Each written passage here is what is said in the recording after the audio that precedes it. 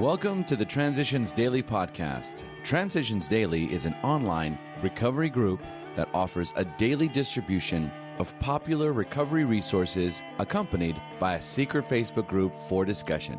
We hope you enjoy today's readings. This is Transitions Daily for April 6th, read by Buddy C. from Atlanta, Georgia. AA Thoughts for the Day.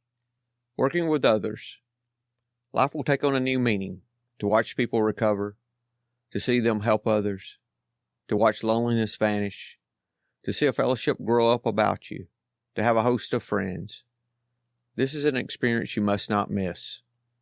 We know you will not want to miss it. Frequent contact with newcomers and with each other is the bright spot of our lives. Alcoholics Anonymous, page 89. Thought to consider.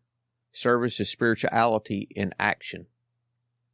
Acronyms: HELP, hope, encouragement, love, and patience. Just for today.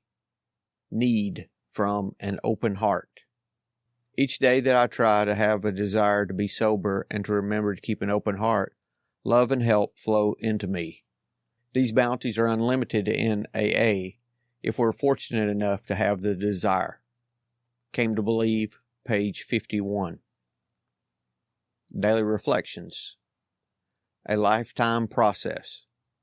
We were having trouble with personal relationships. We couldn't control our emotional natures. We were a prey to misery and depression. We couldn't make a living. We had a feeling of uselessness. We were full of fear. We were unhappy. We couldn't seem to be of real help to other people. Alcoholics Anonymous, page 52. These words remind me that I have more problems than alcohol.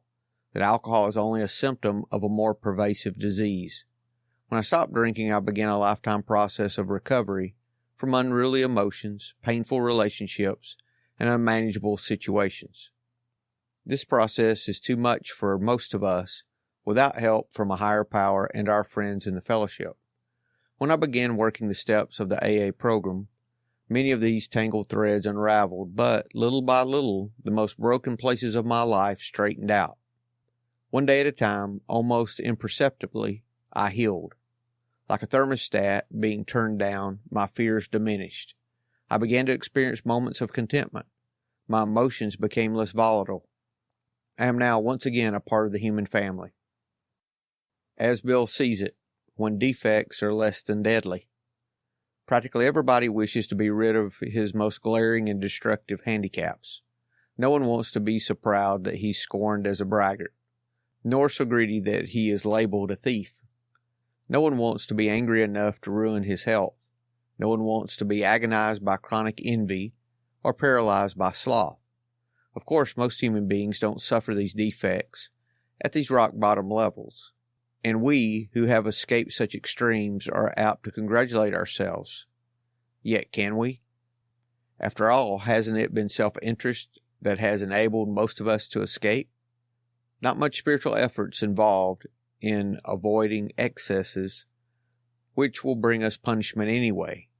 But when we face up to the less violent aspects of these very same defects, then where do we stand? 12 and 12, page 66. Big Book quote. If there be divorce or separation, there should be no undue haste for the couple to get together. The man should be sure of his recovery. The wife should fully understand his new way of life.